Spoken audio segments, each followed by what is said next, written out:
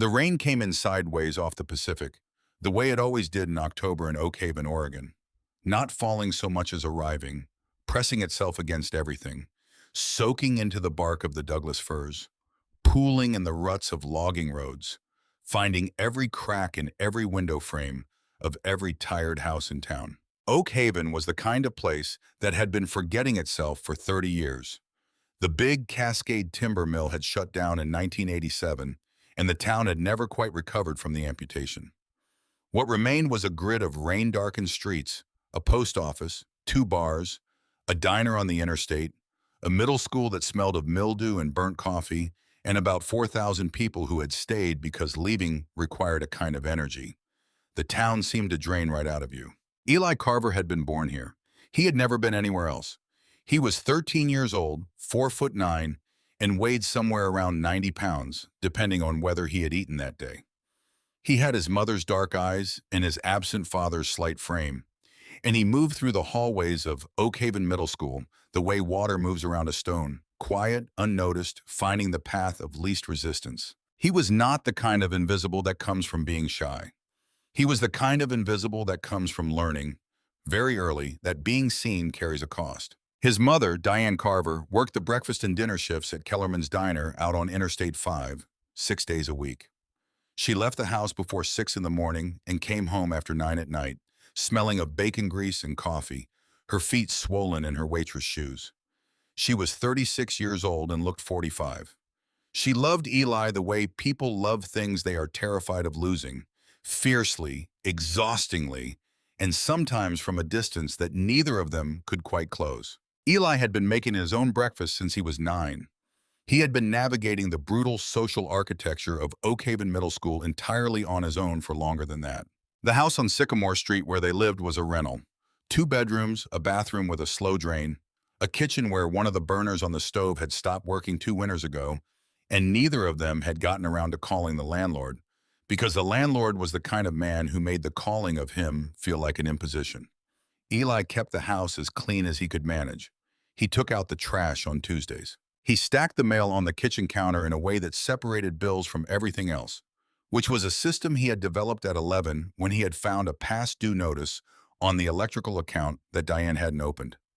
He did not consider any of this remarkable. It was simply the structure of his days, and he had built it carefully and maintained it with the quiet competence of a person who understood that structures exist to protect you, and that if you don't build them yourself, no one else will do it for you. The school sat on Birch Street, a 2-story brick building with aluminum window frames that rattled in the wind. It had 340 students, a rotating cast of underpaid teachers, and one principal named Everett Stahl, who had been there so long he had become part of the building itself, institutional, immovable, and primarily concerned with the smooth management of paperwork. And it had Garrett Pruitt. Garrett was in 8th grade, 14 years old, and built like something assembled for a specific and unpleasant purpose. He was 6 feet tall, broad across the shoulders, with a jaw like a cinder block, and pale eyes that held the particular emptiness of someone who had never once been told no and believed the universe to be personally organized for his convenience. He was not the smartest person in the school. He did not need to be. What Garrett had was size, cruelty, and the impenetrable social armor of a boy whose father sat on the Oak Haven school board and had personally donated the new gymnasium scoreboard. Douglas Pruitt ran Pruitt Logging and Land, the second largest private timber operation in the county.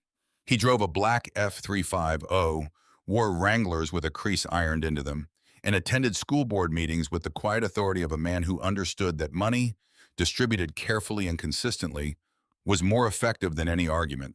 He had raised his son in his own image, the image of a man for whom consequences were things that happened to other people. Garrett had a small court. Kyle Marsh and Devin Page ran beside him the way small fish run beside something larger, feeding off the wake. They laughed when Garrett laughed. They stood where Garrett stood. They said nothing when Garrett said nothing. Their primary function was audience, and they performed it faithfully.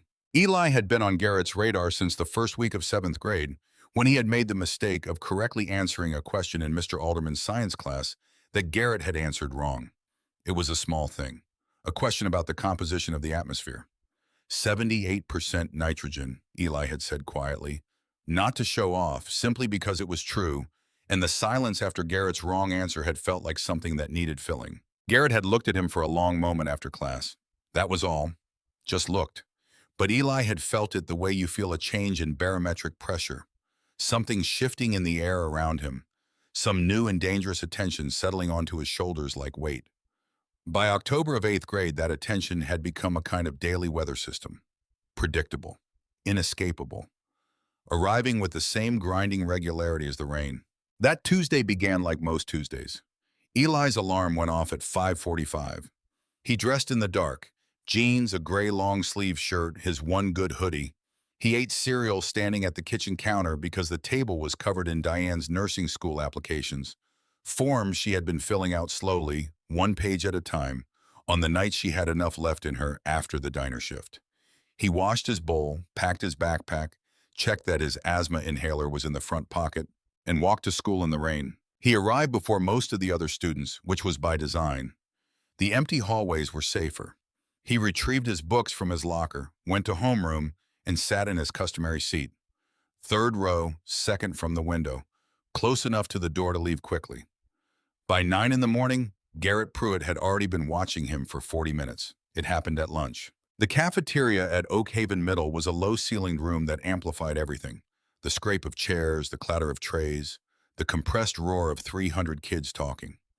Eli moved through the line, collected his tray. Tuesday was chili and cornbread, and turned toward the far corner table where he usually ate alone with a library book. He was 3 steps from the table when Garrett's foot appeared in the aisle. It was casual, almost theatrical in its casualness, the way Garrett extended his leg as if he were simply stretching, as if the collision that followed were an accident of physics rather than an act of intention. Eli went down hard. The tray went up. Chili and cornbread came down across the front of his gray shirt, across his jeans, across the floor around him. The room erupted in laughter, the laughter of 300 kids who were relieved it was not them on that floor, and who expressed that relief by making the sound as loud as possible. Eli lay on the floor for a moment, the cold linoleum against his palms, that sound pressing down on him from all sides. He got up. He did not look at Garrett. He had learned not to give Garrett the satisfaction of eye contact. He retrieved his tray from the floor, collected what remained of his lunch, and walked to the far corner with as much quiet dignity as a 13-year-old boy wearing chili on his shirt could manage. Garrett watched him the whole way, smiling that particular smile, saying nothing. The saying nothing was almost worse than whatever he might have said. It meant Garrett understood that silence was its own kind of power. After school, the counselor's office. Mrs. Taggart was a well-meaning woman who asked Eli if he wanted to talk about what had happened. Eli told her he had slipped. She wrote something on a notepad. He left. That was the Tuesday version. There were Wednesday versions and Thursday versions. There was a Monday version that had involved the boys' bathroom and Eli's backpack being emptied into a sink full of water. There was a version from the previous week that had left a bruise along Eli's ribs that still ached when he breathed too deeply. But what happened the following day, the Wednesday, was different. The Wednesday version was the one that changed things. Eli had his phone, an ancient, cracked screen device that Diane had bought secondhand, and that could do little more than make calls, send texts, and run a handful of apps. But it had a camera, a small, low-resolution camera that, if held correctly and left protruding slightly from the front pocket of a hoodie, could capture video. He had thought about it for 3 weeks before he did it. He had rehearsed it in his mind, working through the angles, considering the risks. And on that Wednesday morning, he set the phone recording before he walked out of his last class. He did not have to wait long. Garrett found him at his locker at 3:15, the way Garrett always found him, with the unerring instinct of a predator who has mapped his territory completely. What followed lasted 4 minutes and 22 seconds. Eli watched it back that evening, sitting on his bed with the door closed. It was worse to watch than it had been to experience. The audio was clear. Garrett's voice, low, unhurried, enjoying itself, was clear. The sound of Eli's combination lock hitting the floor when Garrett knocked it out of his hand was clear.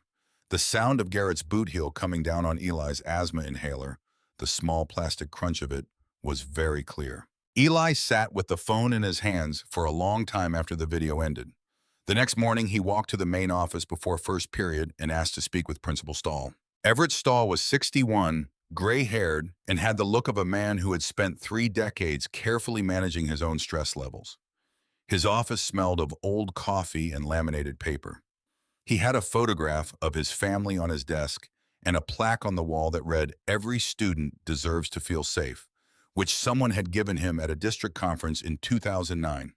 He had never removed it, not out of conviction, but because removing it would have required a decision. Eli sat across the desk from him and played the video. Stahl watched it. His expression did not change significantly, but something behind his eyes moved. A small, rapid recalculation. He asked Eli a few questions. He told Eli that he took this very seriously. He told Eli to leave the phone with him so that he could review the footage properly.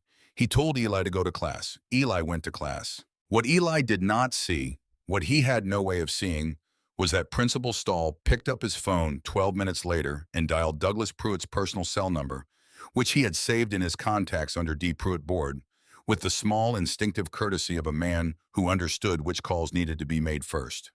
He did not know what was said in that conversation. He only knew the result. The following Monday, he was summoned back to Stahl's office. Stahl sat behind his desk with the careful neutrality of a man delivering a prepared statement. He explained that after a thorough review of the situation, the footage on Eli's phone had been found to be of insufficient clarity to confirm the specific nature of the incident. He explained that the school took bullying allegations very seriously and that additional monitoring would be implemented. He explained that Eli was always welcome to come speak with him. He did not give Eli his phone back. He said it had been misplaced during the review process. He was sorry about that. Eli walked out of the office and stood in the empty hallway for a moment. He was 13 years old, and he understood in that moment the full structure of what had just happened to him. Not through bitterness or outrage, through something colder and more useful than either of those.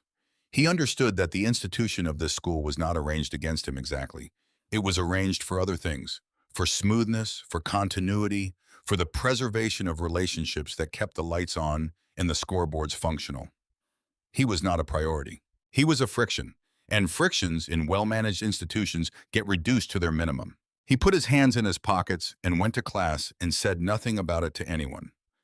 That Tuesday, the Tuesday that mattered, came cold and fast. The week had been bad. Garrett, perhaps sensing the failed complaint or simply running on the natural escalating rhythm of his cruelty, had become more direct. On Thursday, he had cornered Eli behind the gym with Kyle and Devin flanking him, and had shoved Eli hard enough into the chain-link fence to leave the diamond pattern pressed into the skin of his forearm. On Friday, Garrett had waited for him at the edge of the school property, off school grounds technically, which Garrett understood instinctively as a jurisdictional boundary, and had said things quietly and at close range that Eli had spent the weekend trying to unhear. Tuesday morning, Eli dressed in the dark. He checked his inhaler. Garrett had smashed the last one, and Diane had gotten him a new one, secondhand from the pharmacy, the kind you had to prime 4 times before it worked. He put it in his front pocket. He ate his cereal. He walked to school in the rain. The school day passed. Eli took notes in 3 classes. He ate lunch in the library. He avoided the main hallway between second and third period, which was Garrett's preferred corridor. By the final bell at 3:15, he had navigated the day without incident and was beginning to calculate his route home. The main road, Cascade Avenue, was the direct way, 12 minutes door to door. But Garrett and his 2 shadows had taken to waiting at the corner of Cascade and 4th, and last week's Thursday encounter had made clear that Eli could not count on the visibility of the intersection to protect him. The alternative was Old Mill Road. Old Mill Road was longer by about 25 minutes and considerably less safe by any conventional measure. A winding 2-lane highway that cut south through timberland before looping back into the residential streets on the far side of town. The road had no sidewalk and very little shoulder. The logging trucks used it. The locals knew to treat it with respect, particularly in the rain, particularly around the section of road the town had called Dead Man's Curve for as long as anyone could remember. A sharp, banked left-hander with sight lines of about 30 feet and a steel guardrail on the outer edge that had been repaired 11 times in 17 years. But Garrett was not on Old Mill Road. Eli made his calculation and pulled his hood up and went south. He walked fast, head down, his sneakers finding the soft edge of the asphalt where it met the gravel verge. The rain was steady and cold, the kind that doesn't announce itself with thunder, just arrives and settles in as if it has always been there. The firs on both sides of the road were massive, their canopy cutting the sky into thin vertical strips of gray. The road curved and straightened and curved again. He was thinking about the nursing school applications on the kitchen table, about whether he should clear them off and set the table for dinner, whether that would seem helpful or presumptuous.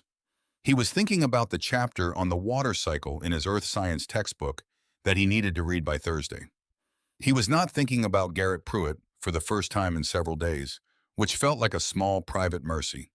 He heard it before he saw it. The sound came from behind and above, a deep tectonic rumble that seemed to rise out of the road itself, the unmistakable signature of a large displacement V-twin engine running hard through the timber.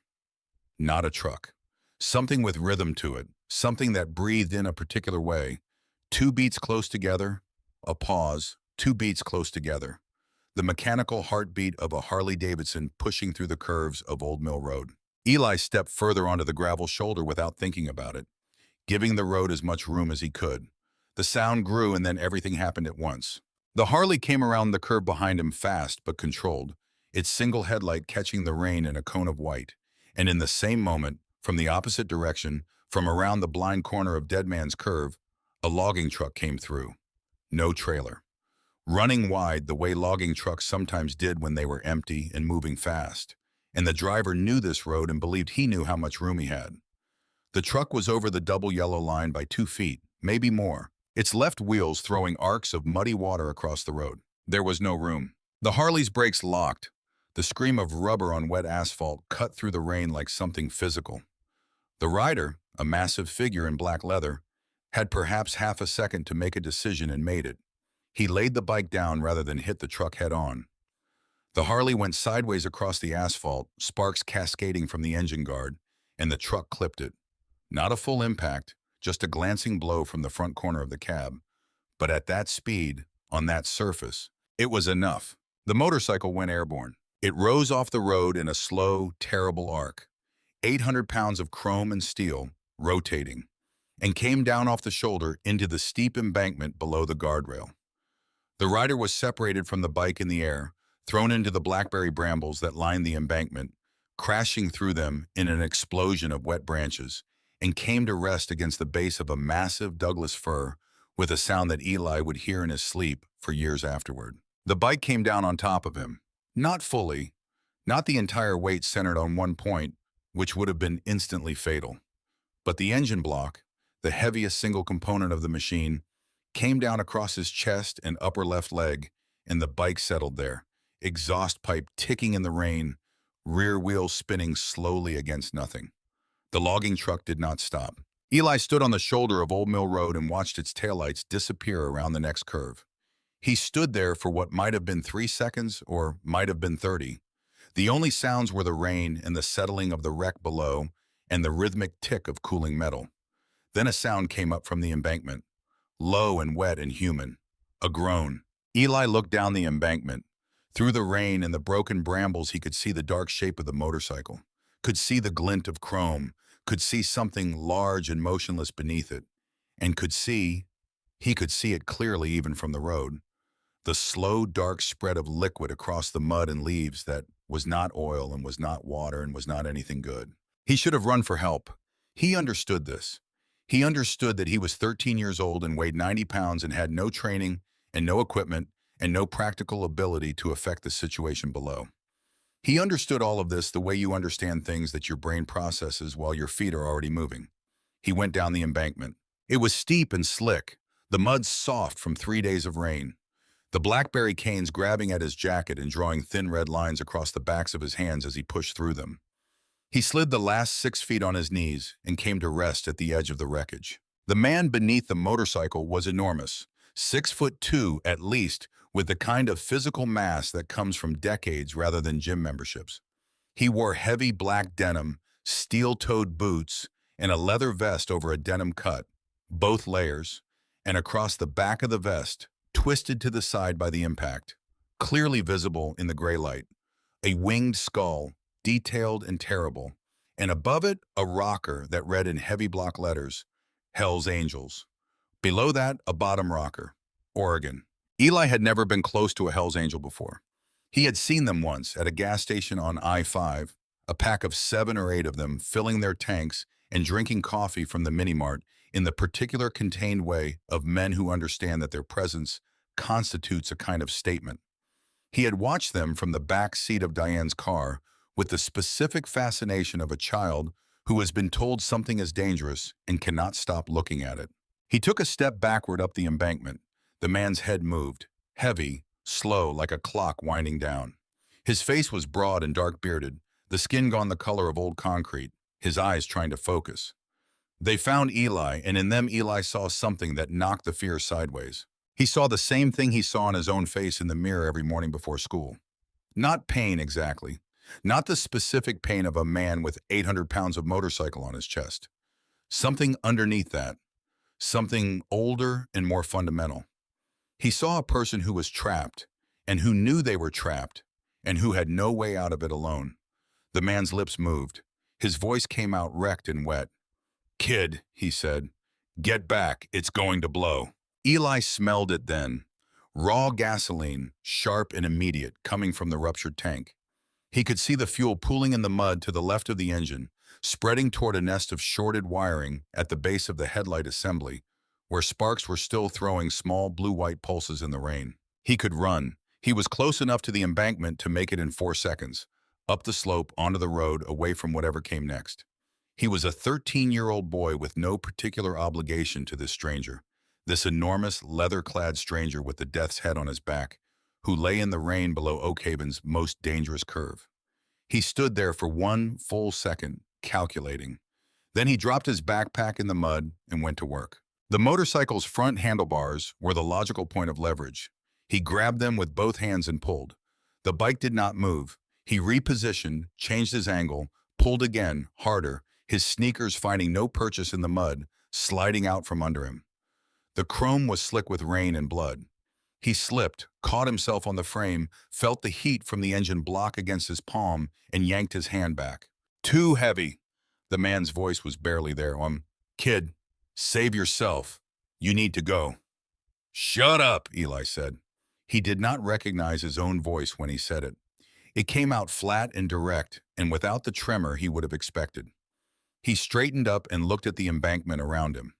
Mr. Brennan's 7th grade science class, simple machines unit, the lever, the oldest tool in human history. A lever long enough, a fulcrum correctly placed, and a child can move what a man cannot. He found the fence post 15 feet up the embankment, half buried in the brush, a treated 4x4, heavy and solid, probably washed down from the timber property above during last winter's floods. He grabbed it and pulled, and it came free from the mud with a sucking sound. He dragged it down to the wreck, his sneakers sliding on the wet slope, his hands raw and burning. The fulcrum took another 30 seconds to locate, a flat river rock, dense and wide, approximately the right height. He kicked it out of the mud and positioned it against the engine block on the uphill side, then shoved the end of the fence post underneath the frame of the Harley, using the gap where the engine met the lower frame rail. He had to work the post in by hand, digging his fingers into the mud to guide the end of the timber, the heat from the engine block inches from his knuckles. He repositioned the fence post over the rock, checked the angle. The geometry was either right or it wasn't, and he would know in approximately 2 seconds. Then he walked to the far end of the post, took a breath, and threw his entire 90 pounds onto it. The wood flexed, the mud shifted, the motorcycle moved. Not much, not dramatically, but it moved, the engine block rising fractionally off the man's chest. "Pull yourself out," Eli said, his voice cracking. His arms were shaking. His feet had found a small ridge of packed earth and were pressed against it, every muscle in his body committed to the single task of keeping the lever depressed. "Now, pull yourself out, right now." The man moved. It was slow and it was terrible to watch. Massive hands digging into the mud, body dragging backward 1 agonizing inch at a time. His face a controlled mask over what must have been extraordinary pain. The broken left leg dragged behind him at an angle that told Eli more than he wanted to know. When his chest cleared the engine block, the fence post gave way. The crack was loud enough to echo off the firs. The Harley slammed back into the mud with a concussive thud, burying the engine block exactly where the man's chest had been seconds before. The shock of it ran up through the earth, and Eli felt it in his feet. He collapsed backward, sitting in the mud, lungs heaving. But the blood. He had not fully registered it until now. The man's left thigh, the leg that had been pinned beneath the auxiliary frame, was producing blood in a way that was not the slow seep of a normal wound. It was pulsing, dark and rhythmic, pushing out in small surges that matched the man's heartbeat, spreading rapidly through the denim and pooling in the mud beneath him. Eli had seen enough television, had retained enough from the health class unit on first aid to know what a pulsing arterial bleed looked like and what it meant in terms of time. He reached for his backpack and found the canvas shoulder strap. He unclipped it from the bag, a long, heavy strip of woven nylon, 3 feet at least. He moved to the man's side and worked the strap around the upper thigh, above the source of the bleeding, his hands shaking but moving. He tied the knot and looked around for a stick, found one, thumb thick, dry enough, solid, and worked it under the knot. He twisted. The man's back arched off the mud. A sound came out of him that was not a scream exactly, but occupied the same register. Raw and involuntary, the sound of a body communicating the outer limit of what it could absorb. Eli did not stop. He kept twisting, the stick rotating, the canvas strap cutting deeper into the massive thigh, and he watched the pulsing blood slow to a seep and then to almost nothing. He tied off the stick against the leg with the trailing end of the strap, locking it in place. Then he sat back in the mud and breathed. The man lay flat on his back, staring up at the rain coming down through the pine canopy. His breathing was labored but regular. His color was bad, that concrete gray, the color of shock. But his eyes were open, and they turned to find Eli. They stayed there for a moment, just looking. "Who did that to your face?" His voice was almost nothing, a rough whisper, but the words were clear. Eli had forgotten about his face. The bruising along his jaw from Thursday's fence encounter, the split at the corner of his lip, reopened that morning when he had yawned too wide. "I fell," Eli said. The man's eyes did not move from his face. "I know what a fist looks like," the man said. Eli said nothing. "What's your name?" Eli. A long pause, the rain, the distant sound of the logging truck that was not coming back. "Eli!" The man's voice was dropping, losing altitude. "My name is Danny. People call me Iron." A pause, a wet cough. "You just saved my life." "You need to stay awake," Eli said. He was already moving, already calculating the angle of the embankment, already thinking about the road above. "I have to get help. You have to stay awake." Danny's right hand moved. Slow, deliberate, the way things move when every movement requires a separate decision. He reached into his vest, inside pocket, and his fingers worked at something. When his hand came back out, it was holding a ring. Heavy silver. A skull, Eli saw, with one eye missing from its socket. Tarnished dark from years of wear, coated now in blood and mud. Danny held it out, and when Eli didn't immediately take it, Danny reached over and found Eli's wrist, and pressed the ring into his palm and closed Eli's fingers over it. "You keep that," Danny said. His eyelids were heavy. "You ever need anything, anything at all, you show that to my brothers." His voice was barely a breath now. "You tell them Iron sent you." His head settled back into the mud. His eyes closed. Eli stood up. He looked at the ring in his mud-caked, blood-streaked hand. He looked at the man lying in the wreckage of his motorcycle in the rain. He looked up at the embankment and the road above it. Then he put the ring in his pocket, grabbed the mud-slick slope with both hands, and climbed. He came up onto the asphalt of Old Mill Road and straightened up and put himself in the center of the lane and waited. The headlights came around the curve 40 seconds later. A pickup, a local logging rig, a man coming home from the mill. He hit his brakes hard when he saw the boy standing in the road, arms out, face and hands and jacket covered in mud and blood. The truck stopped. The driver's window came down. Eli said, "There's a man down the embankment. His leg is bleeding and he's unconscious. You need to call 911 right now." The driver looked at the boy. He looked at the guardrail where it was bent and broken from the motorcycle's passage over the edge. He reached for the CB radio mounted under his dash. Eli walked to the edge of the road and sat down on the guardrail and looked down at the dark shape of the wreck below in the rain. In his pocket, the ring pressed against his thigh, cold and heavy and real. The sirens arrived in 9 minutes. 2 Oregon State Police cruisers and an ambulance, lights strobing red and blue through the rain and the timber. Paramedics went down the embankment with equipment and flashlights. A trooper came to Eli with a space blanket and questions, and a voice calibrated to the management of traumatized children. Eli answered the questions. He explained about the logging truck. He described the tourniquet. He explained about the lever. The trooper wrote things down and asked Eli if there was anyone he could call. Eli gave him Diane's number. He watched the paramedics work below. He watched them get lines into Danny's arm and stabilize the broken leg and communicate in the clipped shorthand of people whose job requires them to stay ahead of catastrophe. He watched them load Danny onto a backboard and bring him up the embankment and slide the gurney into the ambulance. The doors closed. The ambulance moved off into the rain, its lights fading around the curve. The trooper told Eli his mother was on her way. He told Eli the man was in critical condition but alive, that the tourniquet had almost certainly made the difference. He told Eli he had done well. Eli sat on the tailgate of the second ambulance with the space blanket around his shoulders and the rain tapping steadily on the aluminum above him. The troopers worked the scene, photographing the skid marks, measuring the distance from the guardrail to where the motorcycle had come to rest. The night pressed in around the edges of the floodlights. Eli reached into his pocket. The ring was exactly as he had felt it. Cold, heavy, silver, the skull's remaining eye catching a small point of light from somewhere. He held it in his open palm and looked at it for a long time. He was not a hero, he understood that. He had done a series of things that needed doing because the alternative was to stand on the road and do nothing. And he had looked at that alternative and found that he could not choose it. That was all. It was not bravery in the way movies describe bravery. It was something simpler and more ordinary than that. A refusal, quiet and specific, to be the kind of person who walks away. He closed his fingers around the ring. Down the road, Diana's old Civic came around the curve, headlights wobbling on the wet asphalt, and stopped behind the police cruisers. He heard her door open before the engine fully shut off. Heard her voice asking the troopers something, urgent and rising. Eli put the ring back in his pocket. He pulled the space blanket tighter around his shoulders and waited for his mother to reach him, watching the rain fall through the floodlights onto the empty road where the Harley's skid marks were already beginning to blur and wash away.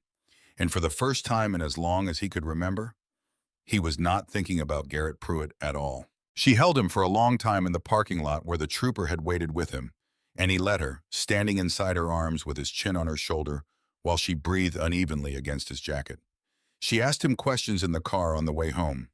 Gentle questions, careful questions, and he answered them with the version of the night that contained no Hell's Angels and no ring and no conversation in the mud. Only a boy who had seen an accident from the road and flagged down a passing truck. She looked at him for a long moment when he finished.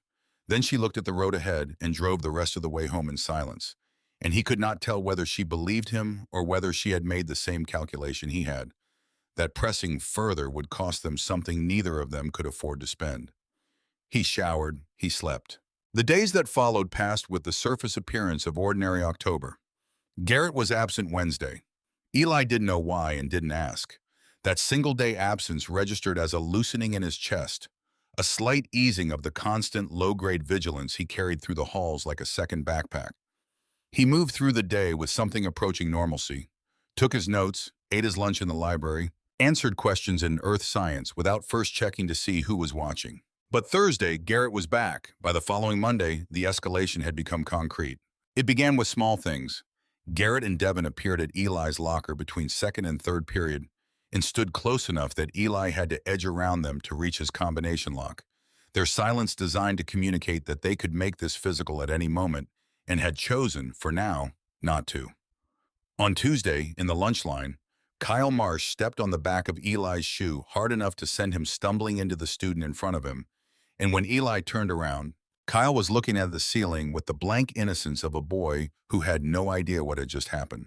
On Wednesday of that second week, Garrett cornered him in the stairwell between the gym and the main building. Not in a group this time. Alone, which was somehow worse, the one-on-one encounter stripping away the pretense of randomness. Garrett put his forearm across Eli's chest and pressed him back against the cinder block wall and leaned in close. "You went to stall," Garrett said. His voice was conversational, pleasant almost. "With your little video." Eli said nothing. "My dad thought that was pretty funny," Garrett said. "He said you should probably learn how things work around here." He smiled. "So I'm going to help you learn."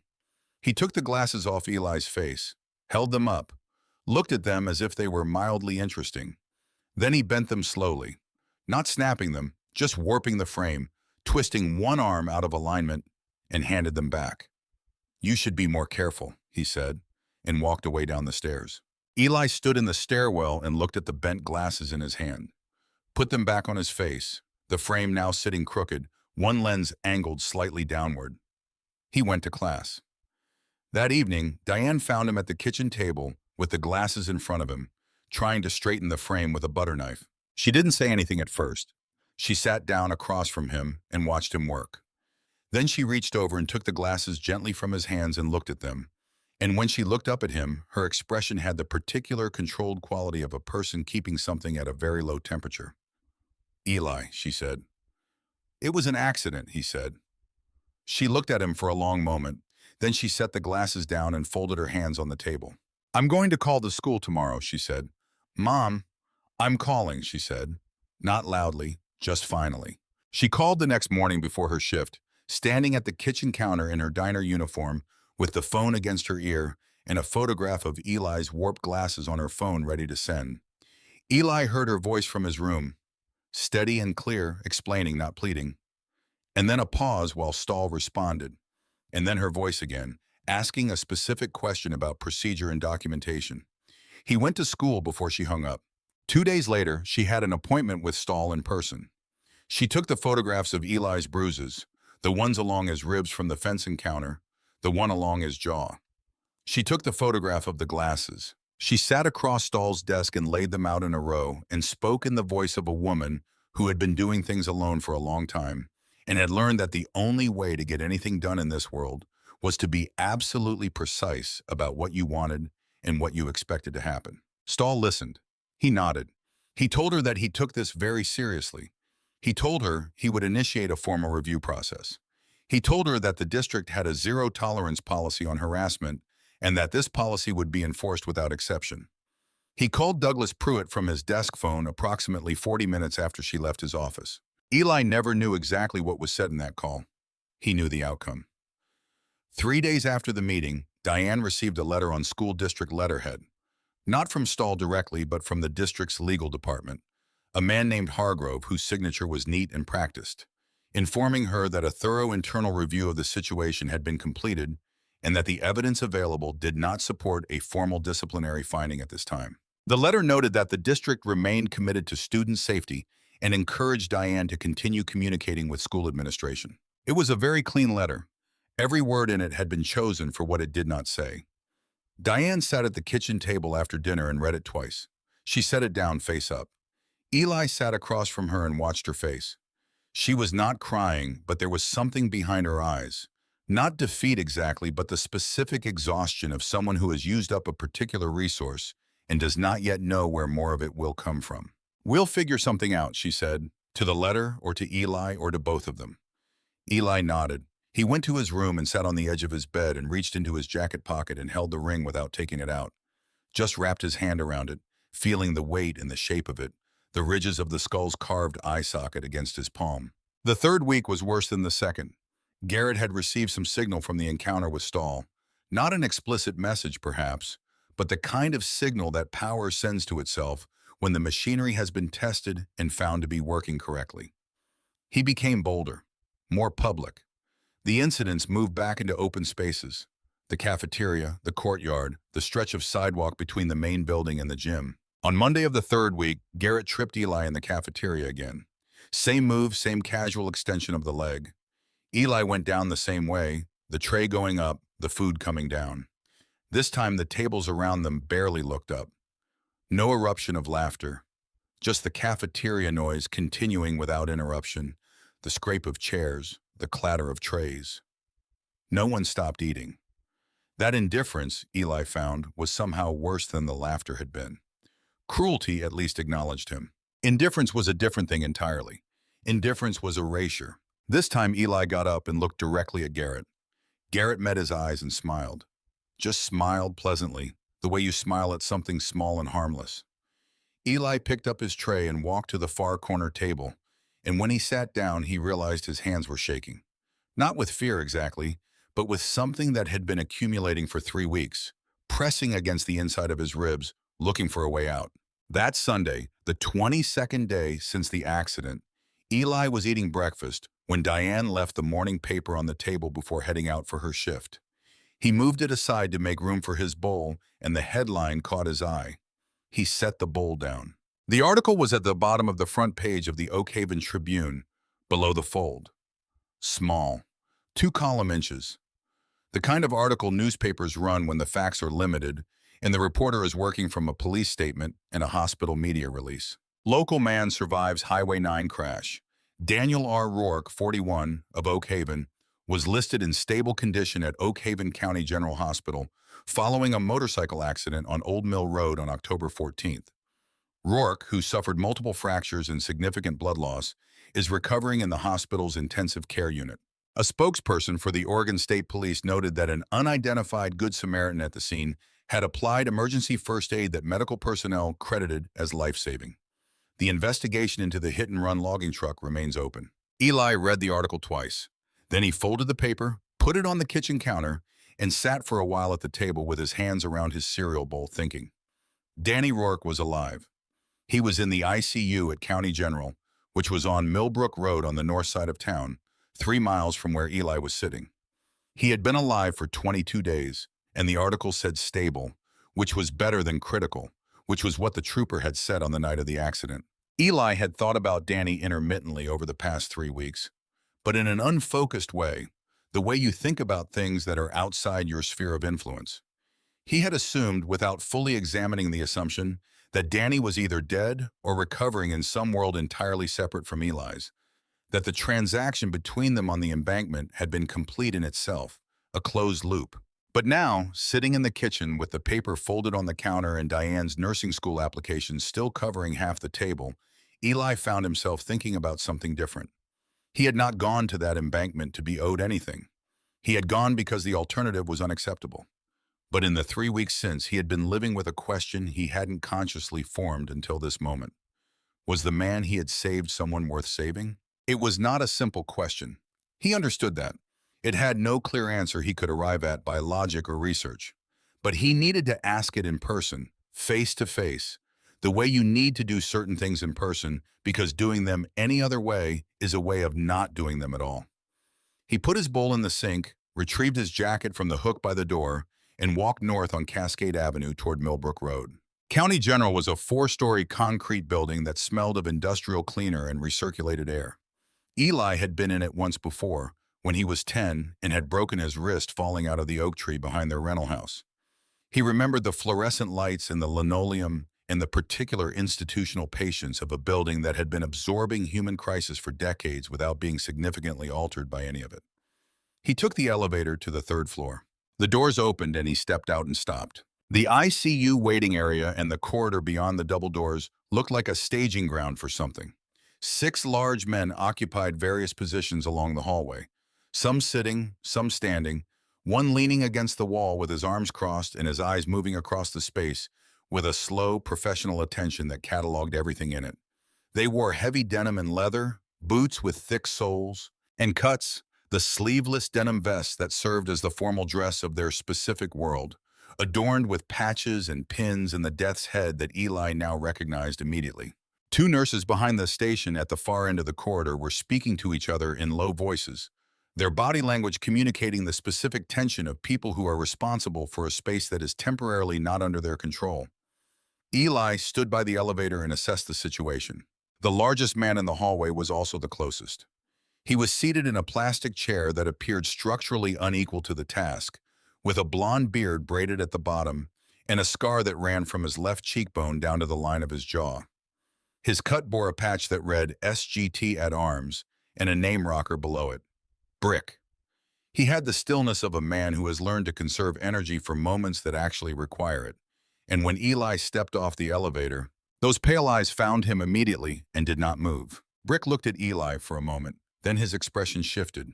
Not exactly softened, but recalibrated, the way a large dog recalibrates when it realizes the approaching figure is not a threat, but rather something that requires a different kind of attention. Help you with something? His voice was low and measured, the voice of a man who rarely needed to raise it. I'm here to see Danny Rourke, Eli said. The corridor was not loud, but several of the men in it had been producing background sounds.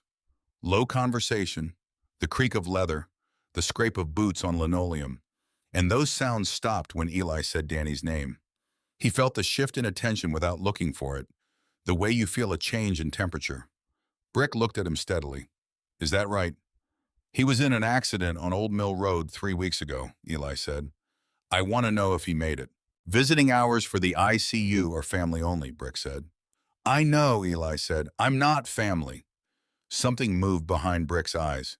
Not suspicion exactly, calculation. What's your name? Brick said. Eli Carver. Nothing registered on Brick's face at the name. Eli had not expected it to. He reached into the inside pocket of his jacket and withdrew the ring. He held it out in his open palm. Brick looked at it. He looked at it for a long time without moving, without changing expression, and the corridor was entirely silent. Then he leaned forward from the plastic chair and took the ring from Eli's palm with 2 fingers and turned it over, examining it carefully.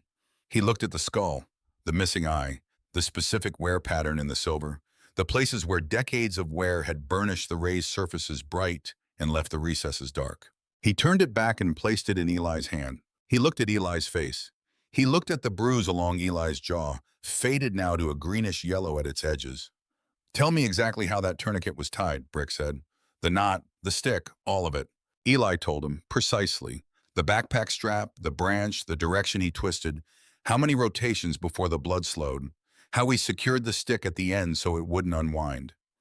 He used the right words because they were the only words he had for what he had done, and the specificity of them, the technical accuracy of a 13-year-old describing arterial pressure management in correct sequence without hesitation, was the thing that settled it. Brick stood up. When he was standing, the difference in scale between him and Eli was almost abstract, something mathematical rather than physical. He looked at Eli for another moment. Come with me, he said. He walked down the corridor and the other men tracked them, but did not move, a studied nonchalance that Eli understood was not casual but deliberate. Brick pushed open the door to room 312 and held it. Eli walked in. The room was the standard dimensions of an ICU room, which is to say it was not large, and Danny Rourke occupied it the way large men occupy small spaces, not uncomfortably, but with an awareness of his own dimensions that expressed itself in the careful arrangement of his limbs. His left leg was elevated and encased in a white fiberglass cast fitted with external metal rods along its length. His chest was wrapped in bandages visible above the hospital gown. There were 2 IVs running into his right arm, an oximeter clip on his index finger, and monitors at his bedside producing the steady green arithmetic of a body doing the ongoing work of staying alive. His eyes were open. They found Eli immediately, and something in them shifted. Not surprise exactly. Something closer to recognition. A man seeing the face he had been trying to reconstruct from memory for 3 weeks, finally made real and standing 3 feet from his bed. Well, Danny said. His voice was rough, lower than Eli remembered from the embankment, but steady. The mechanic. You look terrible, Eli said. A short, sharp sound came out of Danny. Not quite a laugh, something between a laugh and a wince. He pressed his hand against his ribs. Don't make me do that. He gestured with his chin toward the plastic chair beside the bed. Sit down. Eli sat. Brick took his position by the door without being asked. The same economy of presence, making himself part of the architecture of the room. Danny looked at Eli for a moment, not the way adults usually looked at him, over him, past him, through him, directly at him, with the full attention of a man who was accustomed to assessing things accurately. The doc told me 3 minutes, Danny said. Said whoever tied that knot 3 minutes was all the margin I had. He paused. They said a kid did it, used a backpack strap and a stick. He looked at Eli's hands, the palms, still faintly marked with the healing lines where the chrome and the blackberry canes had opened the skin. That was you. Yes, Eli said. Danny nodded slowly, as if confirming something he had already known. Why? Eli considered the question. It was the right question. Not thank you, not how, but why. It was the question Eli had been turning over in various forms for 3 weeks. You were trapped, Eli said. And there wasn't anyone else. Danny was quiet for a moment. That's it? That's it. Danny looked at him for another long moment, Then he asked, "What do you want to happen?" Eli blinked. "What?" "You came here. You walked 3 miles to a hospital to see a man you don't know." Danny's voice was even, unhurried. "I'm asking what you want. You could have stayed home. You came here instead. What do you want to happen?" No one had ever asked Eli that question. Not his teachers, not the counselor, not Stahl, not Diane, not out of indifference in Diane's case, but because the circumstances of their lives had not left much room for it. "What do you want?" The question sat in the room between them, and Eli looked at it seriously, the way it deserved. "I wanted to know if you made it," Eli said. "Why?" Eli thought about this carefully. "Because I needed to know if it was worth it," he said. Danny's expression did not change, but something in his eyes did. Something that registered the answer and weighed it and found it honest. "And," Danny said. Eli looked at the ring in his hand, the skull, the missing eye. He put it on the small table beside Danny's bed. "I don't know yet," he said. He stood up. He put his hands in his pockets and looked at the man in the hospital bed, the tubes and the monitors and the fiberglass cast and the wrapped chest. And then he turned toward the door. "Eli." He stopped. "Sit back down," Danny said. Not a request exactly, not a command. Something in between, something that expected compliance without demanding it. Eli sat back down. Danny looked at him for a moment. His eyes moved to the bruise along Eli's jaw, the way they had on the embankment. "Who?" Eli said nothing. "On the road," Danny said. "I asked you who hit you. You said you fell." He paused. "You're still wearing it 3 weeks later. Same pattern, different age. That's not falling." Eli looked at the floor. "I'm not going to do anything without you telling me," Danny said. "I'm just asking." There was something in the room, in the quality of Danny's stillness, in the unhurried patience of it, that did something Eli hadn't expected. It created a space, actual space, like the air in the room had rearranged itself slightly. And in that space, Eli found, without particularly intending to, that he was talking. He told Danny about Garrett Pruitt. He told it plainly, without drama or self-pity, the way you tell things to someone who has indicated they want the facts rather than the performance. He told him about the cafeteria and the stairwell and the glasses and the inhaler. He told him about Stahl and the recording and the letter from the district's legal department. He told him about Diane sitting at the kitchen table reading the letter and what her face had looked like. When he finished, the room was quiet. Brick by the door had not moved, but his jaw muscles had tightened in a way that had nothing to do with remaining still. Danny said, "What do you want to happen?" Again, the same question. This time, Eli understood it differently. Not what are you asking me for, but what outcome do you want? What is the thing that would be right? "I want it to stop," Eli said. "That's all." Danny looked at him. "That's not nothing." "I know. You're not asking me for anything." "No?" Eli said. Danny was quiet for a long moment. He looked at the ring on the table beside him. Then he looked at Brick, the two of them exchanging something in the wordless economy of men who have known each other long enough to communicate without it. Brick gave a single nod. Danny looked back at Eli. "I'm going to tell you something," he said, "and I need you to hear it as something I'm choosing to do. Not something you asked for, not a trade, something I'm choosing." Eli waited.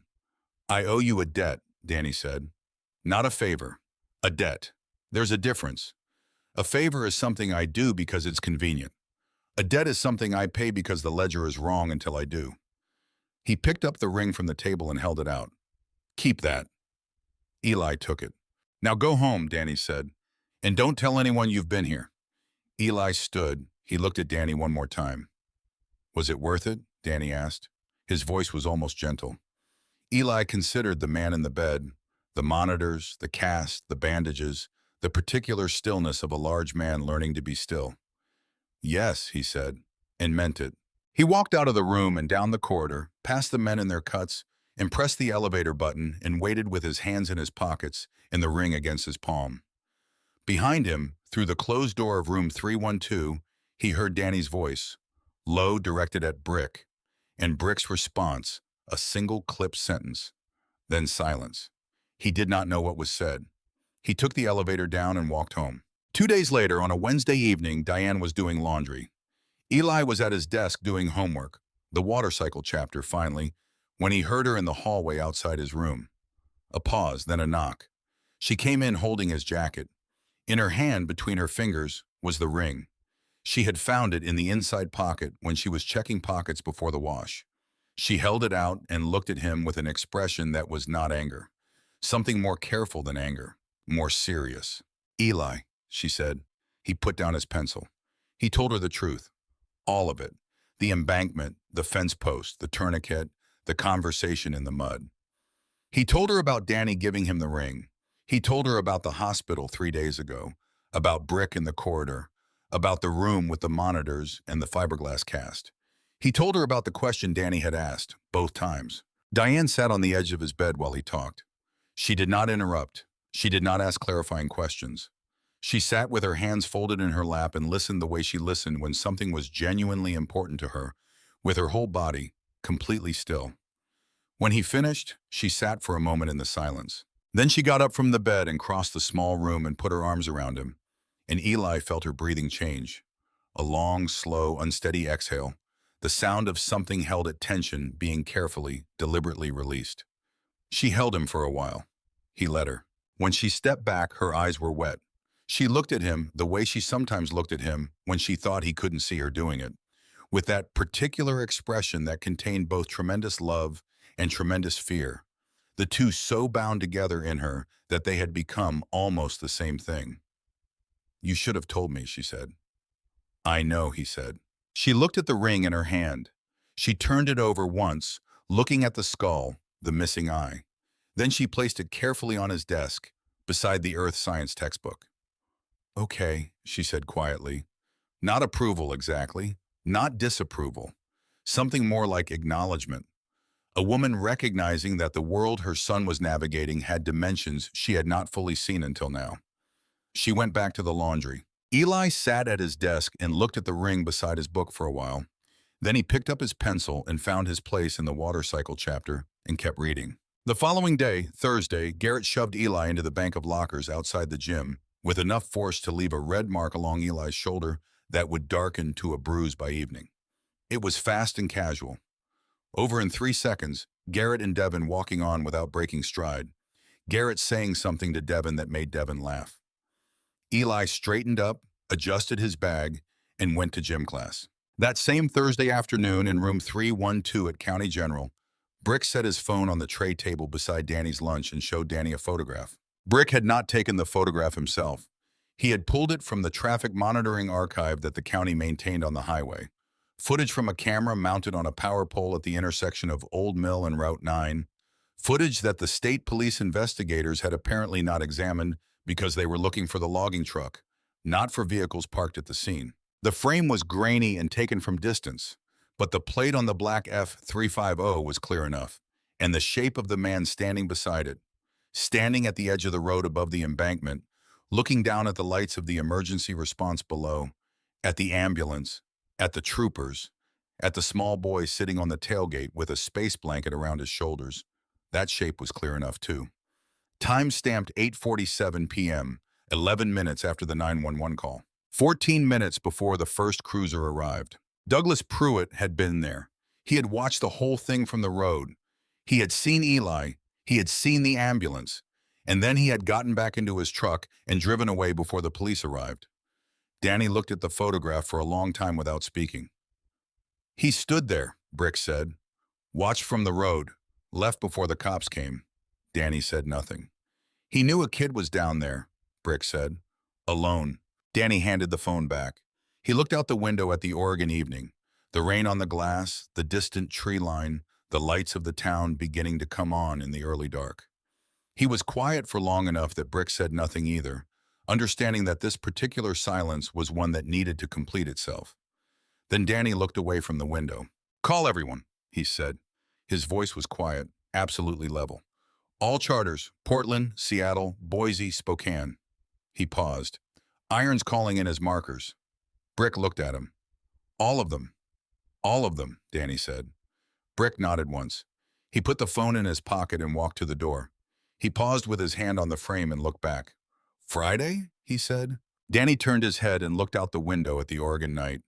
The rain on the glass, the distant tree line, the particular darkness of a timber country town that shuts itself down early and completely. Friday, he said. Brick walked out into the corridor and the door swung shut behind him. A moment later, the first call was made, and then the next and the next, rippling outward across the Pacific Northwest like something dropped into still water. Circles expanding in all directions from a single point in a hospital room in a forgetting town in the Oregon rain. Eli was not there. Eli was at his desk on Sycamore Street, his earth science textbook open in front of him, the ring sitting at the corner of the desk catching the lamplight, his pencil moving steadily through the margin of his notes. He did not know what was coming. He did not know that 300 engines were about to be started on his behalf. He did not know that men he had never met in cities he had never been to were picking up phones because a man in a hospital bed had said his name.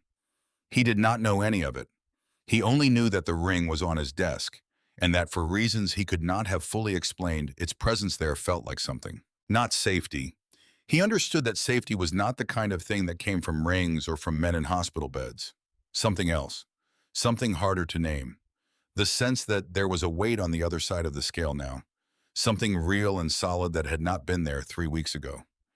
He closed his textbook. He put his pencil down. He turned off the desk lamp and lay in the dark and listened to the rain on his window, and after a while he slept.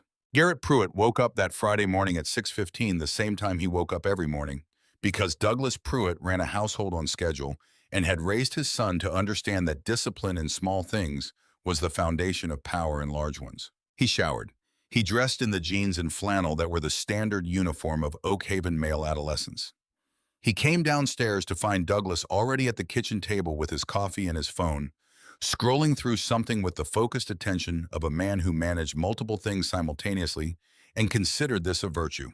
His mother, Karen, was at the counter making eggs. The kitchen smelled of coffee and butter in the particular domestic normalcy of a family that had never had serious cause to question its own arrangements. Douglas looked up when Garrett came in, asked him how the week had been. Garrett said fine.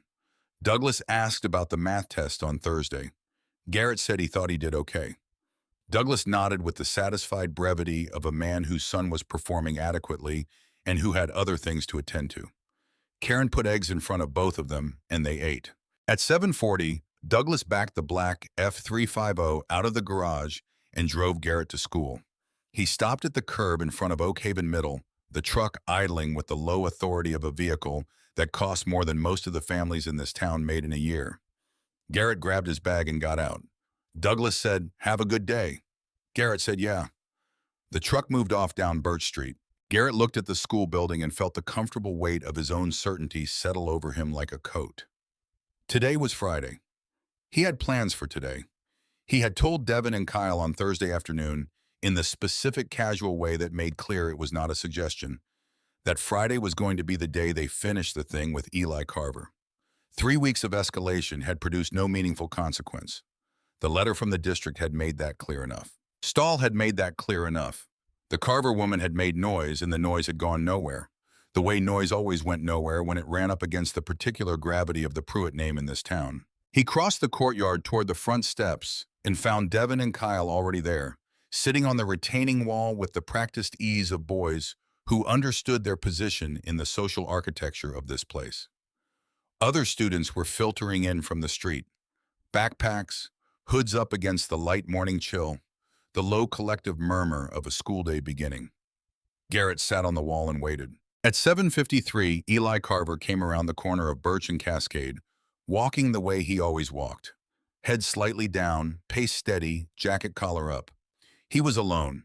He was always alone. He was carrying his backpack on one shoulder, and he was not looking at the courtyard yet. Garrett felt the familiar loosening in his chest that came with the approach of something he had already decided was going to happen. He stood up. Devin and Kyle came off the wall on either side of him without being told. Eli looked up when he was about 15 feet out. He saw Garrett. His pace did not change. He kept walking, which was new. There had been a time earlier in the year when the sight of Garrett in his path produced a visible hesitation, a micro-adjustment of direction that was almost imperceptible, but that Garrett had learned to read as reliably as a compass. That hesitation had been gone for about 3 weeks. Since around the time of the accident, though Garrett did not connect these things consciously, He only knew that something in the smaller boy had changed, and that the change required a response. He stepped off the bottom step and planted himself in the center of the path.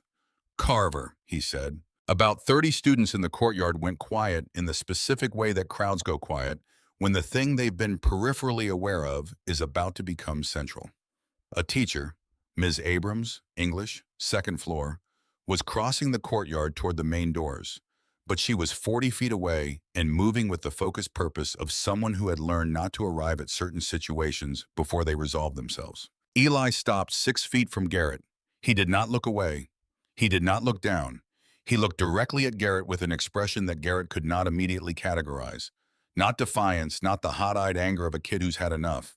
Something quieter and harder than that. Something that Garrett had not seen on Eli Carver's face before and could not immediately name. "You're in my way," Eli said. Garrett almost smiled. "Yeah," he said. "I am." He took 2 steps forward, and the ground moved. Not the ground exactly. The air. Something below the air, below the audible range. A vibration that was felt before it was heard, pressing up through the soles of shoes, through the concrete of the courtyard, through the brick of the building. Several students looked down at their feet instinctively, the way people do when they've felt something they cannot yet identify. Then the sound arrived. It came from the direction of Main Street, from the north end of town where Cascade Avenue met the highway. And it built the way serious sound builds, not arriving all at once but accumulating, wave upon wave, each frequency finding the next, the whole of it assembling itself into something that, by the time it reached the school courtyard, was less a sound than a physical force. The window glass in the aluminum frames rattled. A girl near the front steps grabbed her friend's arm without knowing she was doing it. Kyle Marsh turned toward Main Street with an expression of genuine confusion. Then they came over the hill. The first 10 appeared at the crest of Cascade where it met Main, and for a half-second the eye processed them as something other than what they were. A trick of the light, a mirage assembled from rain-washed asphalt and early morning October sun. Then the brain caught up. Then the sound caught up fully, and there was no room for confusion about what this was. Motorcycles. Harley-Davidsons, one after another, in a formation so tight and so precise that it looked choreographed. Not a parade, not a procession, something more deliberate than either of those things. The riders were in full cuts, dark leather and denim, the chrome of their machines throwing light in all directions. And they came down Cascade Avenue, filling both lanes completely, their engines cycling through the specific V-twin rhythm that Eli had last heard on Old Mill Road 3 weeks ago and had not, in the weeks since, been able to entirely unhear. The courtyard was completely silent. More came over the crest, and more, and more. The stream of them seemed to have no end. Eli stood in the courtyard and watched and kept watching, and they kept coming. The sound by now so complete and total that it had ceased to be heard in the conventional sense and was instead simply the condition of the air, the weather of the moment. 30, 50, 100. They did not pass the school. The front of the formation turned into the drop-off lane with a precision that required no signal, as if the column had a single nervous system and had made a single decision. They pulled onto the school's front lawn, the big machines rolling slowly over the grass, lining up along the sidewalk, in the curb, and the edge of the parking lot, parking with the disciplined efficiency of men who have done this kind of thing in various forms and understand that how you arrive is itself a statement. They climbed the curb, they lined the street, they blocked the intersection of Birch and Cascade completely, 40, 50 machines across, and behind them the street backed up. A mail truck, 2 pickup trucks, a county roads vehicle, all stopped, all going nowhere. The drivers watching through their windshields with expressions ranging from astonishment to alarm. 2 Oak Haven Police Department cruisers appeared at the far end of Birch Street. They pulled up slowly and stopped. Neither door opened. The officers inside looked at the assembled machines and the assembled men and performed, through the windshields of their cruisers, the rapid mental arithmetic of 2 people evaluating a situation that was far outside the parameters of their normal professional experience. They stayed in their cars. The engines died. Not one at a time, not randomly, but together. A rolling cessation that moved through the assembled machines like a wave, the sound dropping away in sections until the last engine shut off, and the silence that fell over the courtyard and the street was so complete and so sudden that several students near the front of the school took involuntary steps backward, as if the silence itself were a physical thing arriving to fill the space the sound had occupied. 300 men dismounted. They stood beside their machines in the early morning light, and they did not move, and they did not speak, and they did not need to do either of those things because the fact of their presence was sufficient. The death's head was everywhere, on every back, on every cut, on the patches and pins and rings of 300 men from Portland and Seattle and Boise and Spokane who had ridden through the night in the early morning on a debt that one of their brothers had called in. The students in the courtyard had stopped being a crowd and had become a collection of individuals, each processing what they were seeing in isolation. Some had moved toward the building. Some stood frozen where they were. Garrett Pruitt stood in the center of the path where he had positioned himself 30 seconds ago, and he had not moved, and the color had gone out of his face in a way that was complete and immediate, as if something had reached in and turned off a light. Principal Everett Stahl came through the front doors of the school at a pace that was almost but not quite running. He stopped at the top of the steps, looked at the street, and did the thing that men of institutional power do when the institutions they represent are suddenly revealed to be much smaller than they believed. He went very still and became very quiet. From somewhere behind the main formation, moving through the assembled men with the practiced ease of a large object finding its way through a crowd that parts for it instinctively, a custom trike rolled forward. It was low and dark, its engine running in a patient idle, and it came to a stop at the entrance to the drop-off lane. Brick Calloway got off and moved to the back. Danny Rourke stepped down from the trike. He was in his full colors, the Hells Angels cut over a dark flannel, his name rocker and his patches and the death's head visible to everyone in the courtyard and the street. He had the cane in his right hand, a heavy wooden thing with a rubber tip, and his left leg in its cast, and its metal rods moved in the careful, deliberate way of a limb being managed rather than trusted. Every step he took across the drop-off lane and onto the school's front path was a separate decision, a separate small negotiation between his body and his will, and you could see it if you were watching closely. The slight pause before the weight transferred, the controlled way the cane took the load, the jaw set against whatever each step cost him. Brick walked beside him at a distance of exactly 2 feet, close enough to intervene, far enough to make clear that what Danny was doing, he was doing himself. No one who saw Danny Rourke make that walk across the school courtyard would have called it easy. Every person watching understood, without being told, that each step was a choice being made against pain, and that the choice was being made for a specific reason, and that the reason was somewhere ahead of him in this courtyard. That understanding, the comprehension of what it meant for a man in a walking cast to cross that concrete under his own power, moved through the crowd of watching students and teachers like a current, quiet and undeniable. The students in the path between the drop-off lane and the retaining wall moved. Not because anyone told them to. There was no instruction, no gesture, no raised voice. They simply moved, clearing a path through the courtyard to the retaining wall and the boy who stood in front of it. Danny walked through the cleared space. He walked past Ms. Abrams, who had stopped completely and was standing with her gradebook pressed to her chest. He walked past the flagpole and the bench where the 8th graders ate lunch on warm days. He walked with the unhurried directness of a man who had only one destination and a clear line to it. His cane finding the pavement, his breath controlled, his eyes fixed on the retaining wall ahead. He stopped in front of Garrett Pruitt. Garrett was not small. At 14, he was 6 feet tall and broad, and had never in his life experienced a moment in which his physical size was not an advantage. But Danny Rourke, even broken and casted and leaning on a cane in front of a middle school on a Friday morning, occupied space in a way that had nothing to do with physical dimensions. He had the specific gravity of a man who had been genuinely dangerous for a long time and had arrived at a point in his life where he no longer needed to prove it. He looked at Garrett Pruitt for a moment without saying anything. Garrett's throat moved. His hands, which had been loose at his sides, had closed into fists and then opened again and then closed again. Devin Page had taken 3 steps backward and was no longer beside him.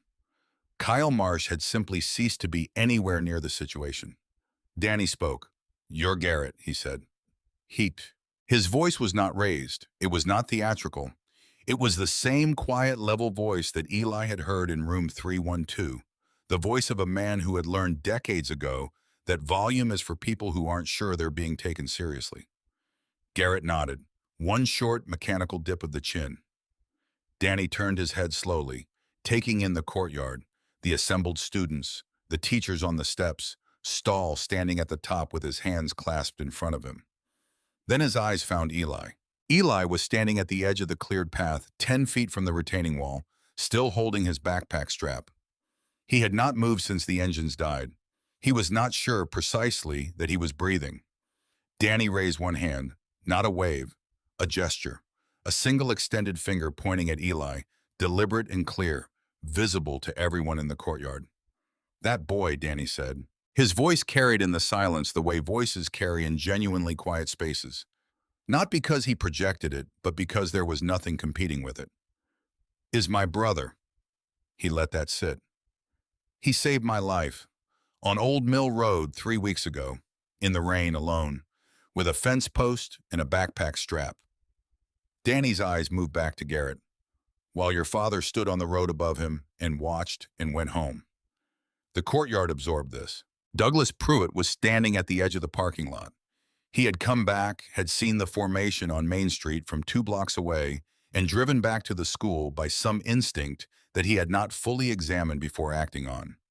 He was standing in his Wranglers and his pressed flannel beside his black F350 with the engine still running, and he heard what Danny said. And every person in the courtyard who turned to look at him saw a man whose fundamental understanding of the protection his name and his money afforded him had just undergone a rapid and significant revision. He said nothing. There was nothing to say that would have helped him. Danny looked back at Garrett. "His blood is my blood," Danny said. "His pain is my pain. That's not a figure of speech. That's how this works." He leaned forward slightly on the cane, bringing his face a few degrees closer to Garrett's eye level. "You look at him wrong. You breathe his air. You think about putting a hand on him or letting anyone else put a hand on him. You don't deal with him. You deal with me. And you deal with the 300 men standing on this lawn." He paused. "We clear?" Garrett's face had done something complicated and involuntary. His eyes were wet. This was not strategic, not performed. It was the simple physiological response of a 14-year-old boy who had been powerful in the way that children are powerful when adults with money arrange the world around them, and who had just encountered something that money could not arrange. "Yes," Garrett said. His voice cracked on the word. "Yes, what?" "Yes, sir," Garrett said. "You owe him something," Danny said. Garrett turned to Eli. In the cleared space of the courtyard, with 300 men watching from the street and lawn and sidewalk, with 30 of his classmates watching from a respectful distance, with Devin and Kyle watching from a position of studied anonymity near the building entrance, Garrett Pruitt looked at Eli Carver. "I'm sorry," he said. "It came out unsteady, broken at the edges, but it came out. I'm sorry, Eli. I swear I won't ever touch you again. I'm sorry." Eli looked at him. He had imagined this, in the abstract way you imagine things you don't actually expect to happen. And in his imagination, it had felt like something enormous. A wave breaking, a weight lifting. Standing in it, it felt different, quieter. Not small, but human scale. A 14-year-old boy crying in a school courtyard. A thing that had seemed like a permanent feature of his world turning out to be temporary after all. "Okay," Eli said. Danny straightened up. He turned toward the steps, toward Stahl. Stahl had the expression of a man who has spent his career managing situations and has encountered one that is not manageable in any of the ways he knows. "You the principal?" Danny asked. "Yes," Stahl said. He had the discipline not to add "sir," but it was close. "You have a student who's been bringing you evidence for months," Danny said. "You've been failing him." He said it the way you state a fact that is not in dispute. "That stops today. We'll be checking in. Regularly." He held Stahl's eyes for a moment. "You understand me?" "Yes," Stahl said again, more quietly this time. Danny nodded once. He turned back to the courtyard. He turned back to Eli. The hardness that was his default expression in professional contexts had not disappeared exactly, but it had moved to one side, making room for something else. Something that looked, on a face like Danny Rourke's, like warmth. The particular warmth that belongs to faces that have had to earn the right to show it. He held out his free hand. Brick was already there with the saddlebag. Danny reached in without looking and withdrew something that he held in his hand for a moment before extending it to Eli. It was a vest, Small, made for a 13-year-old, which meant someone had thought about this carefully, had measured or estimated and ordered or constructed something specifically sized. It was cut from the same heavy leather as the cuts worn by every man on that lawn, dark and oil-smelling and real, and it had no death's head. That particular marking was reserved for men who had earned it through years and through ordeals that Eli did not need to go through. But across the back, in heavy chain-stitched letters on a curved rocker, Oak Haven. And on the front left chest, a small rectangular patch, its edges finished in gold thread. Honorary. Danny held it out. Eli took it. He held it for a moment, feeling the weight of it. Heavier than he'd expected, the leather dense and substantial in his hands. He looked at the patch on the front. Honorary. A word that meant acknowledged from the outside, given rather than assumed. A word that meant seen.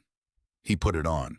It was slightly large across the shoulders, and Danny reached out with one hand and settled it, adjusted the collar with a brief matter-of-fact gesture, the way you adjust something to make sure it's sitting right. "Walk tall, Eli," Danny said. "You're never walking alone again." He took a step back. Brick moved up on Eli's left. Holt Decker, who had ridden down from Portland in the dark of Thursday night because an obligation had been called in, and who had spent most of that ride thinking not about the kid, but about the debt itself and what it meant that Iron had called it in for a 13-year-old boy. Moved up on Eli's right. Two large men in full cuts flanking a small boy in a new leather vest on the steps of a middle school in a timber town in Oregon. Brick touched Eli's shoulder briefly. "Come on, son," he said. "We'll walk you in." They went up the steps. The crowd of students parted without instruction. Eli walked between Brick and Holt through the front doors of Oak Haven Middle School, and behind him, through the glass, he could see the courtyard and the street and the 300 men standing beside their machines in the morning light. And as he passed through the doorway, the nearest of them, a man he had never met, from a city he had never visited, who had ridden through the night because Iron had called his name, raised his fist. And then the next man, and the next. Not a cheer, not a shout. Silent, one by one, the fists going up along the line of machines and along the sidewalk and across the lawn. 300 raised fists in the morning quiet, directed at the back of a boy walking through a school door in an oversized leather vest. And the gesture was so complete and so without performance that it was, in its way, the most serious thing that had happened in Oak Haven in a very long time. The doors swung shut. In the parking lot, Diane Carver stood beside her old Civic with her keys in her hand. She had not planned to be here. She had been on her way to the early shift at Kellerman's, had turned onto Birch Street and found it blocked by police cruisers and a traffic backup that stretched 3 blocks. And she had pulled over and gotten out to see what was happening and had watched the last of the formation park and the engines die and Danny Rourke walk across the school courtyard on his cane. She had watched from the parking lot because her legs had stopped working properly somewhere around the moment she counted 30 motorcycles and understood that the number was going to be considerably higher than 30. She had heard what Danny said. His voice had carried. She was standing with her keys pressed hard enough into her palm that they left marks, and her eyes were full in a way that she was not going to be able to manage for much longer. And she was watching the doors through which her son had just walked when someone appeared at her elbow. Holt Decker had come back out through a side door. He was a lean man, 50s, with a gray beard kept short and eyes that had the quality of eyes that have revised their opinions about things multiple times and arrived at a version of the world that they were not going to be easily argued out of. He had been the one in the group 3 weeks ago in Portland who had said he wasn't sure about this when Brick had relayed the call. Not because he doubted Danny's judgment, but because he had wanted to understand what they were actually doing before he got on his bike in the middle of the night. He understood now. He stood beside Diane and did not say anything for a moment. They both looked at the school doors. Then he reached into the inside pocket of his cut and took out a folded piece of newspaper. He had cut it from the Oak Haven Tribune the day Brick had shown Danny the photograph, had folded it and put it in his pocket because he thought it might be needed, and had carried it from Portland to Oak Haven through the night. He held it out to her. She took it, unfolded it, read it. The article was small, 2 inches, the same article Eli had read at the kitchen table 3 weeks ago. But Holt had circled one sentence in pen, a sentence near the bottom. A spokesperson for the Oregon State Police noted that an unidentified Good Samaritan at the scene had applied emergency first aid that medical personnel credited as life-saving. She looked at the circled sentence for a long time. "Ma'am," Holt said. His voice was not soft exactly, but it was careful. "Your boy did that, alone, in the rain, for a man he'd never met."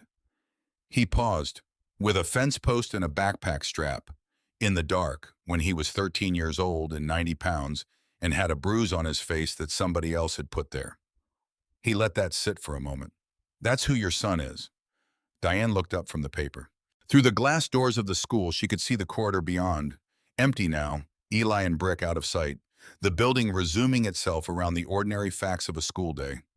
Through the doors to her left, she could see the courtyard and the retaining wall where Garrett Pruitt was still standing, very still, looking at the ground.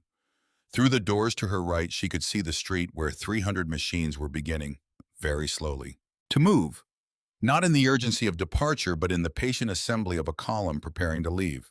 The way it had arrived, with the precision of a single organism that understood its own weight. She pressed the newspaper against her chest with both hands. She did not try to say anything. Some things do not have immediate words, and Diane Carver had been doing hard things alone for a long time, and had learned the difference between the things that could be spoken into and the things that first needed to be held. Holt nodded once, briefly, in the way of a man who has said what needed saying and understands that the rest belongs to her. He walked back across the parking lot toward his machine. In the school corridor, Brick walked Eli to the lockers and stopped. He crossed his arms and looked at the boy for a moment. Eli looked back at him. "You going to be all right?" Brick asked. "Yes," Eli said. Brick held his gaze for a moment. Then he nodded, the same brief economy of gesture, a man who doesn't use movements he doesn't mean. "Good," he said. He turned and walked back toward the doors. Eli stood at his locker and watched him go. The corridor was filling now. Students filtering in from outside, the ordinary machinery of the school day reassembling itself around the extraordinary thing that had just happened to it. Voices, footsteps, the distant sound of a first-period bell preparing itself. He worked his combination. The locker opened. He took out his earth science textbook and his binder and stood for a moment with them in his hands. From outside, through the corridor windows, he heard the engines begin. Not all at once this time, but in a slow rolling ignition that moved down the line of machines from north to south, each bike finding its voice in turn, the whole formation gathering itself back into sound and motion.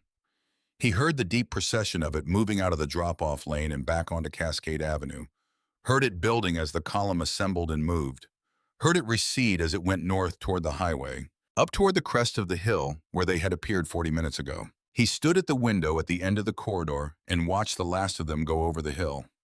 Then he walked back to his locker and put the textbook under his arm and closed the locker door. He heard his name, not from a teacher, not from Brick or from Holt or from anyone who had arrived that morning on a motorcycle, from a boy his own age, a seventh grader named Marcus Webb, who had been in his earth science class since September, and who had never in all of that time spoken a word directly to Eli Carver. Marcus was standing 3 lockers down with his backpack half open, looking at Eli with the expression of someone who has just recalibrated something fundamental and is not yet sure what to do with the new information. "Hey," Marcus said, "your name is Eli, right?" "Yeah," Eli said. Marcus nodded slowly, processing.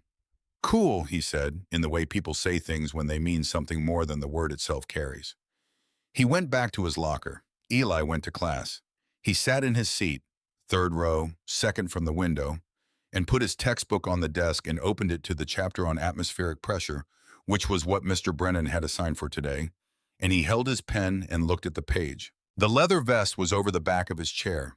He could feel the weight of it there, that specific, substantial weight of something real and earned, pressing lightly against the plastic of the chair. In his jacket pocket, the ring pressed against his ribs. Outside, through the window, Cascade Avenue was empty. The machines were gone, the cruisers were gone, the backed-up traffic had cleared. The street looked exactly the way it looked every other Friday morning. Wet asphalt, October light, a mail truck going slowly past the post office. Mr. Brennan came in and wrote something on the board and called the class to attention. Eli put his pen to his notebook. When the school day ended at 3:15, he came out the front doors and crossed the courtyard and went to the sidewalk on Birch Street. The retaining wall was empty. The courtyard was the courtyard, concrete and grass and the flagpole and the bench and the particular end-of-week energy of students becoming themselves again after the compression of the school day. There was no one waiting for him. He turned north on Cascade and walked home. The afternoon had gone quiet the way October afternoons in Oak Haven went quiet, a damp, particular stillness that settled into the spaces between the trees and along the edges of the road, the town drawing breath before the early dark came down. He walked without hurrying, the vest folded and tucked under his arm, and he thought about Danny making that walk across the courtyard, each step costing something real and private, not showing it, choosing not to. He thought about what it meant to choose to do something that cost you, in front of people, for a reason that had nothing to do with being watched. He was beginning to understand something about the difference between what people showed and what things actually cost them. It seemed like an important thing to understand.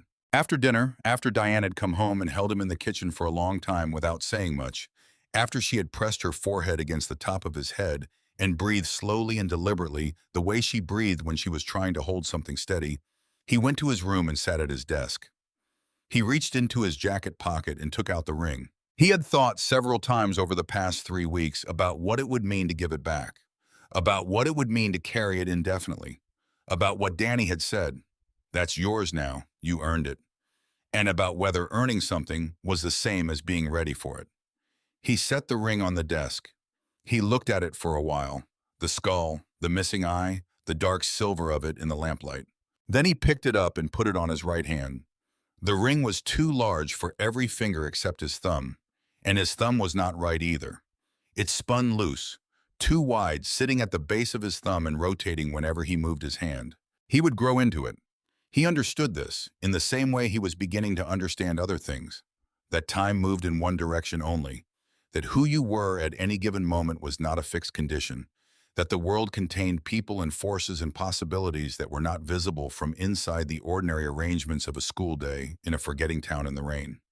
He set the ring back on the desk. He opened his earth science textbook. He found his page.